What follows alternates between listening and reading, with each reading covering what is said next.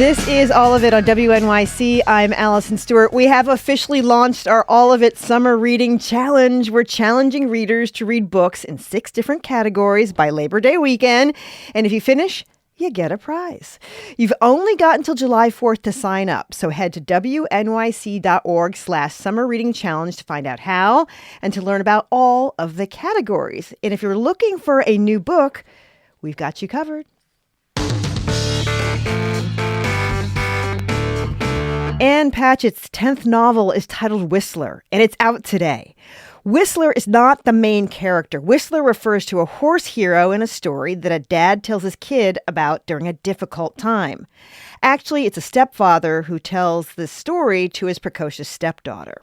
It's the late 1970s. Eddie and Daphne were thick as thieves for 2 years. She was 9 and he was married to her mom for a short period of time. She was bookish. He was in publishing. They understood one another. It was a magical time for Eddie and Daphne. Until it wasn't.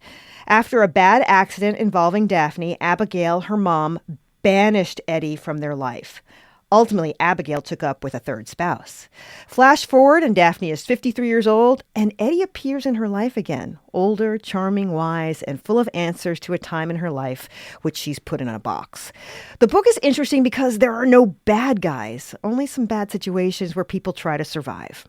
Ann Patchett is the author of the best-selling novels Tom Lake and The Dutch House, which was a finalist for the Pulitzer Prize. Today is pub day for her latest work, Whistler, and it is nice to see you once again. Oh, I am so happy to see you. And man, I would love a copy of that because I feel like you just explained the novel so much better than I ever have. And I didn't give that much away. No, it was the perfect elevator pitch. It was really good.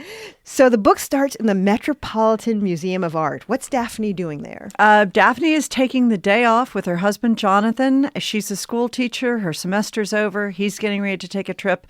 They live in Bronxville and Westchester, and so they just decided to take a day in the city, go to the museum, and Jonathan notices that someone is following them.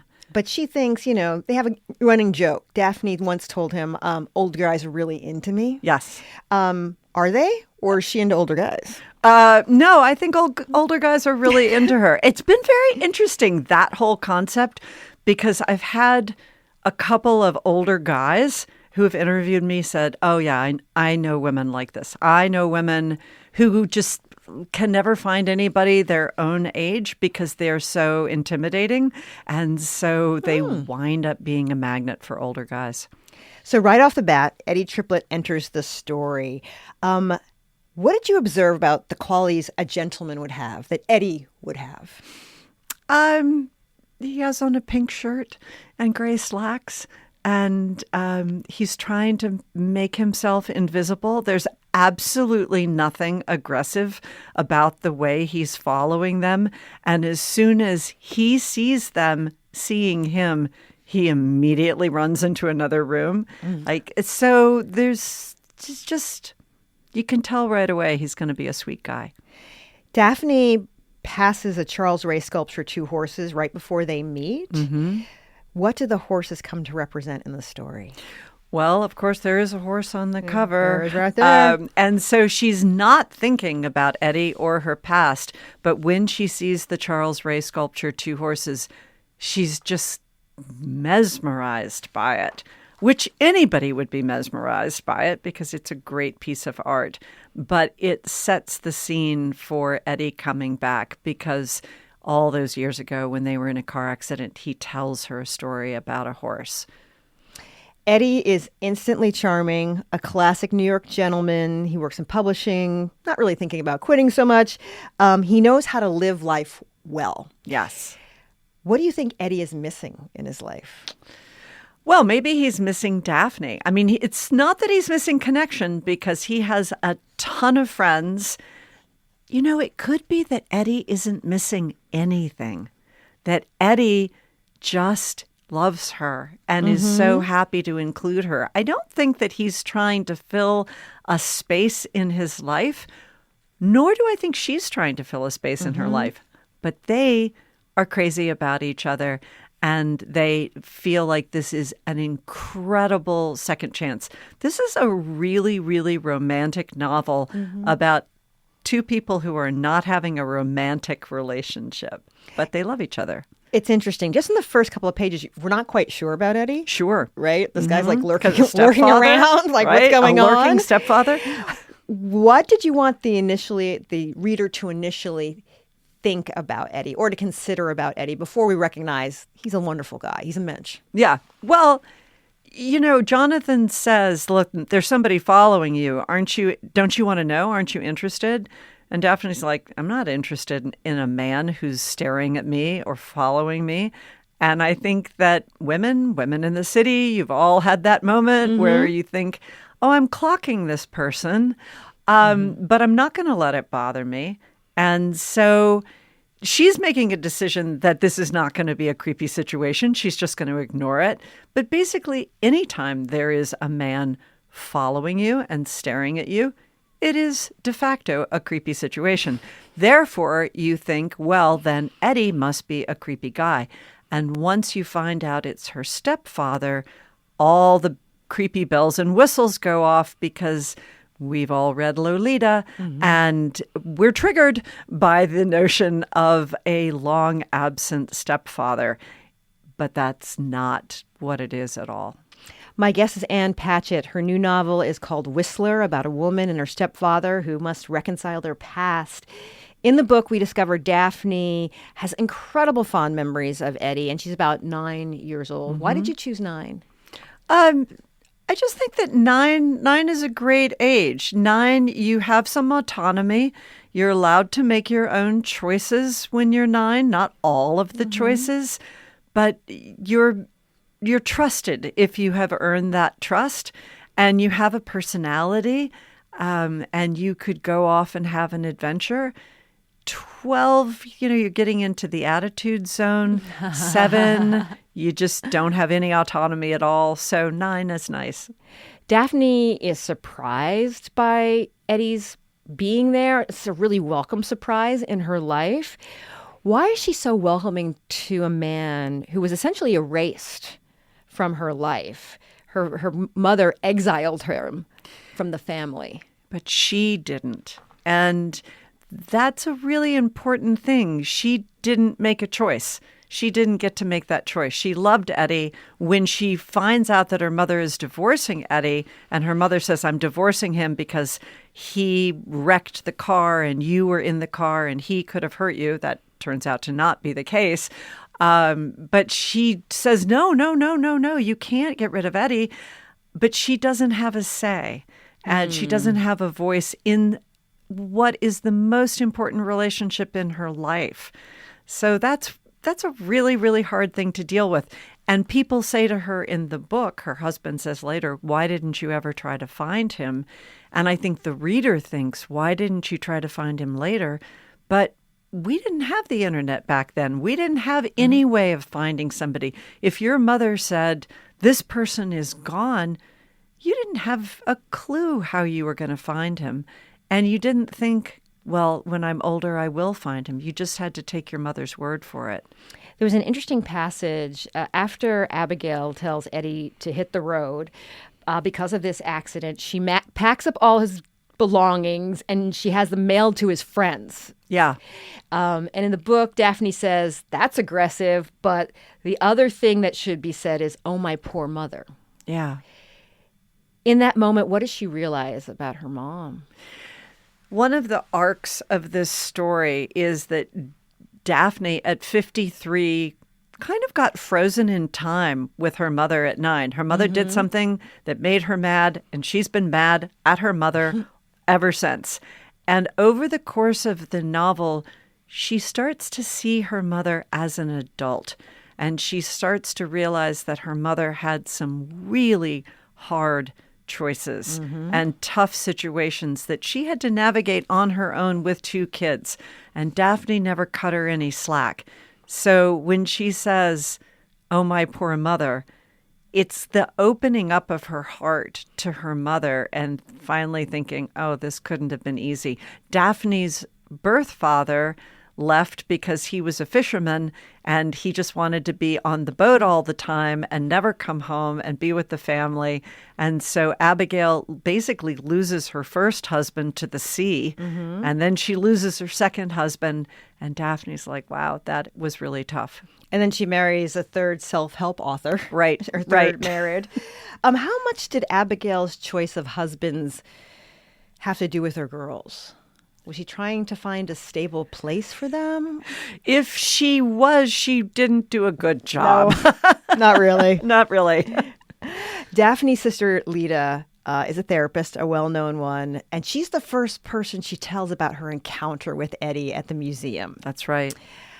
Why does Daphne tell her sister, Lita, rather than truly call her mom? Yeah, it just doesn't even occur to her to call her mom. She wants to go straight to her sister because her sister is her family. She's her confidant and kind of her true love. I mean, the two sisters have a beautiful relationship, but Lita is great at explaining things. And one of the things that I have been thinking about so much lately with my own sister, Heather, is that we are each other's memory. And so if something happens and I'm trying to remember something from the past, I immediately go to my sister and say, okay, wait, when we lived in that house, what year did we move into that house? Wait, what year did that thing happen that happened to us? And we each have half of the story. So, when you're writing a novel, you take aspects of your life and you give it to your characters. And so that relationship between those two sisters in which they each remember part of something. And at one point, Lita says, you want to hear something crazy? You never told me about the car accident. And Daphne said, of course I did. And she said, yeah, but I was 7. And we never talked about it again. Wow, that's interesting. Are you and your sister close in age? We're 3.5 years apart, and my sister is older. And my sister just remembers everything, it seems to me. But because she was 3.5 years older, all of the different things that happened and we went through, she was older. She really was much better at remembering. It's interesting because my sister is 10 years older than I wow. am. So there was like 10 years of life in our family where I didn't exist. Wow. And it was a very different story. And we've talked about that quite a bit. She's like, do you remember that point? I was like, I wasn't around then. Yeah. And then she left for college when I was 7. And I'm like, do you remember when that happened? She was like, no, I was away at school. And it's kind of interesting. So have you ever heard of a book by Michael Gilmore called Shot Through the Heart? No, but I'm writing it down. Oh, it's amazing. And it's a nonfiction book. And Michael Gilmore was the brother, the much, much younger brother of Gary Gilmore, who was executed, the Norman Mailer book, The Executioner's Song. And this book, Michael Gilmore was a famous reporter for Rolling Stone. And he had this violent, troubled family, or Gary and the older brother did. And then he came along so many years later, and his father, who beat the older boys, was a kind of sweet, broken old man. Oh, that's interesting. It's so fascinating how in that same family structure, we have such different experiences. My guest is Ann Patchett. We're talking about her new novel, Whistler. The daughters' names, Daphne and Lita, you mention it in the book. They come with great meaning. Mm-hmm. Was that intentional, or was that just something you did to keep yourself entertained? It was both. I mean, I like the idea of the mother having taken a course in Greek mythology in college, and what it shows is that the mother is serious. Mm-hmm. She wants to be a serious intellectual, and she names her 2 daughters after characters in Greek mythology. Unfortunately, she names her 2 daughters after 2 characters in Greek mythology. Daphne is almost raped and so is turned into a tree. And Lita is raped by Zeus, who turns himself into a swan, and she has eggs after that. So it's both funny and not so funny. Oh, that's interesting. She has eggs because that's Lita, right? Yeah, Lita has eggs. Okay, good. This makes me feel better because Daphne is often called Duck. Oh, whoa! By Eddie. There you go. And it sort of catches her. when she's called Duck by him. Yeah. What does the name Duck do for her? It just is such a poignant reminder of how close they were. And it's like an electrical connection when he says Duck, because he didn't call her Duck very often, and no one else ever called her Duck again. But that was his little pet name for her. And as soon as he says Duck, they are together again. We're talking to Ann Patchett. Her new novel is called Whistler. We'll have more after a quick break. This is all of it.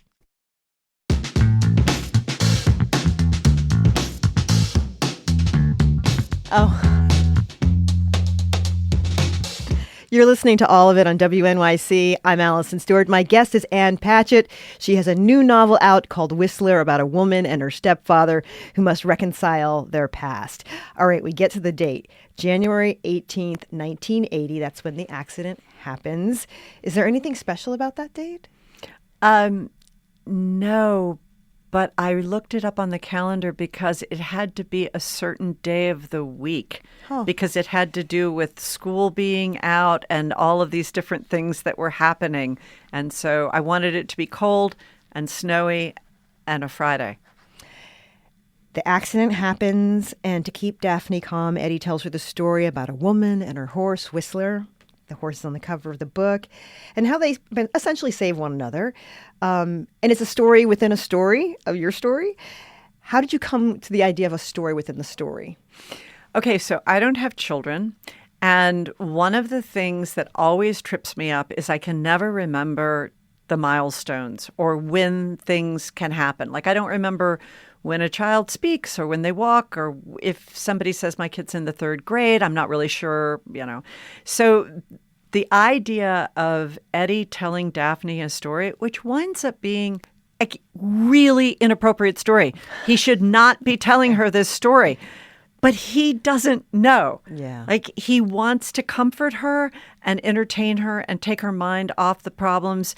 And he just read this book proposal in his office that day, and he's like, I'll tell her that story. And then he starts it, and it's a disastrous story to be telling a 9-year-old in a car accident. But she doesn't want him to stop because she has to find out. So that's how it started. Like, I want a story in which Eddie is in over his head, and yet he has to keep going. And it does turn out to be the right story, but it makes such a huge impression on Daphne that she really carries this story with her for the rest of her life. People know you because of your great work, but also you own a bookstore, right? Parnassus Bookstore in Nashville. And there are shout outs to books in this book, The Loneliness of Sonia and Sonny. Yep. So, that gets a shout out from somebody. Do you think these characters would read this book, or was this just a shout out? Oh, no, definitely. These are readers. These are very, very serious readers. I can't do anything without recommending books. I can't walk down the street without stopping somebody and recommending a book. And so when I was writing this book, I had just finished reading Kiran Desai's The Loneliness of Sonia and Sonny, and I was so rhapsodic about that novel. And I was like, of course I'm going to put it in the book that I'm writing. But I put in The Bee Sting. I put in Independent People by Haldor Laxness. Like, anytime the characters are talking, they're recommending books because it's who they are. Yes, Eddie's in publishing, and the mom is in publishing at one point. And I asked you to read the description of his office. Oh, good. And I'd love you to read that, and we can talk about it on the other side. Yes. His office was buried in books, and I wanted to read all of them. I wanted to sit in a chair with every book he'd ever sat with, think about him thinking through all of those sentences and pages and chapters. Here was his heart in these books. He had loved them, and so I would love them. I had the feeling that all the books in the hallway were inching their way in for their terminal stop. Eddie had a good window. I remember going to his office at the old Houghton Mifflin on Park Street, the one that had once been a closet. This is where they store the Eddies. he had said to me then. It used to be impossible to get anything done here, he said, picking up a stack of manuscripts from the second chair so I could sit. He sat down at his desk. There were always meetings and new interns and somebody wanting to come in and shut the door so they could share the latest palace intrigue. I would go home at night and do my editing at the breakfast table, which meant I was either at work or working at home or sleeping. But now everyone prefers to work at home, except for me, because I'm the opposite. I'm tired of working at home. Now I can work in my office and no one bothers me. Some days I go to the cooler and fill up my little cup with water and bring it back to the desk, and I don't pass another living soul. Excellent for my productivity, but sad, of course. Young people learn by osmosis, and now they don't get to knock on my door and ask me what a semicolon is supposed to do. I guess someone else will tell them. I wasn't going to be around forever anyway. So, you think you'll retire? Eddie laughed. I think I'll die, which I suppose is a form of retiring. That Ed, they'll say, he was very tiring. That's Ann Patchett reading from her novel, Whistler. Retirement is an issue in this book. It is. Why did you want to make retirement an issue? Is that something you think about? Yes, I think about it constantly because my husband talks about retiring. Or I should say my husband used to talk about retiring. For 15 years, all we talked about was whether or not he was going to retire. And then he retired for 3 weeks. And he was miserable, and he got a different job. He's a doctor, and he went back to teach medical residents, and he's so happy now because he did retire, and he got it behind him. And but one of the sub-themes in this book is, when do you retire? How do you feel about it? What do you do when you retire? And it comes up a lot. And it becomes kind of a metaphor for death. Yeah.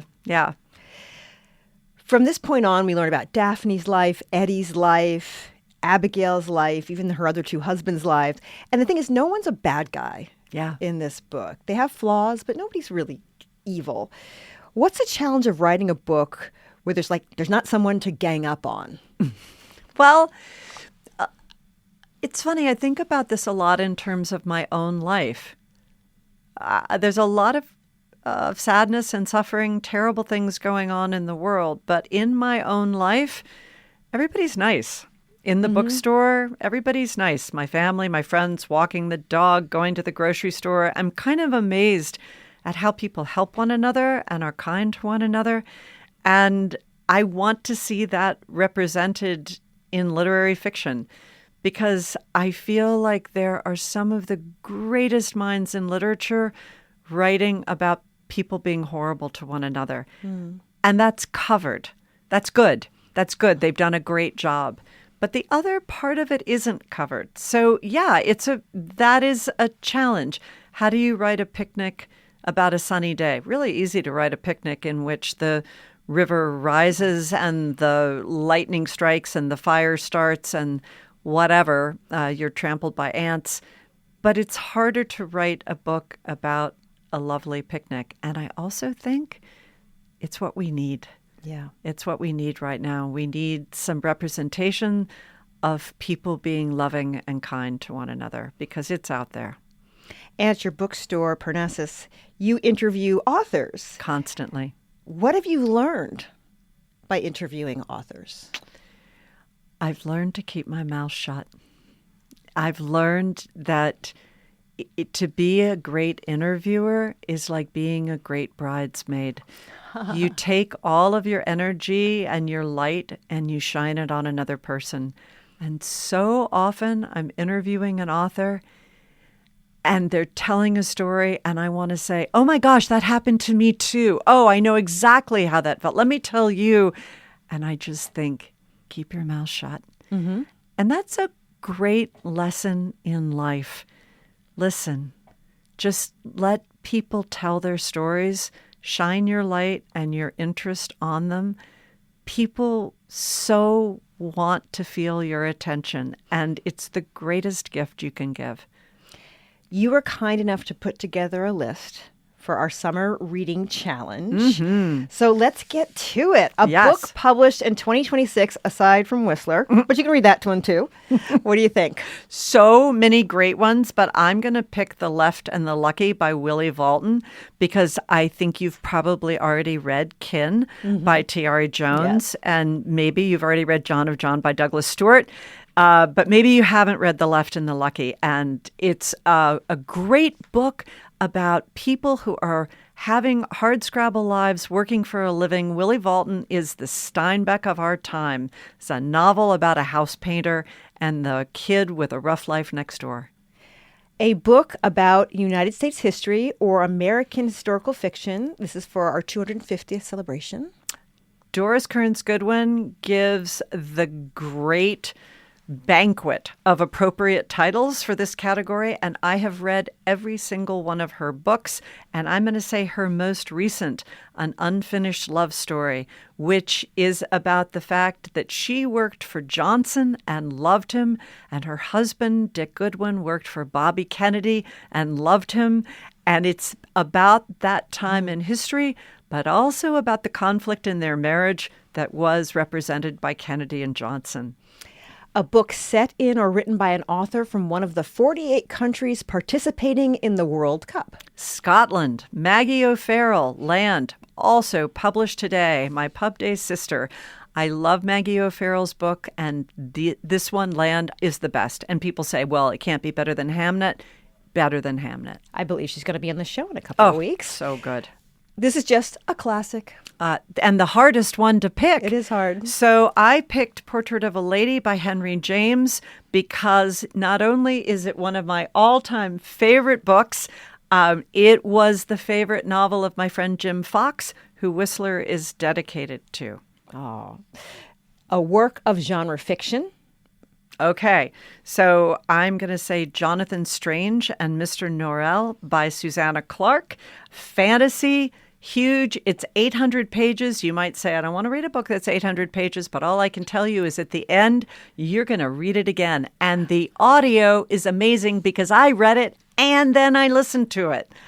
And finally, a book set or set in New York. Okay, that's easy. Harlem Shuffle, Colson Whitehead, set in Harlem in the 70s, because then you will go on and read Crook Manifesto, set in Harlem in the, Harlem Shuffle is the 60s, Crook Manifesto is the 70s, and then you will be ready to read Cool Machine, which is the last book in the trilogy. I love Colson's work. I've read all of the books, and these three books are hands down my favorite. All right. And Whistler could be a book set in New York or a book published in 2026. So you should read it. Ann Patchett, her new novel is called Whistler. Thank you for being with us. Thank you so much.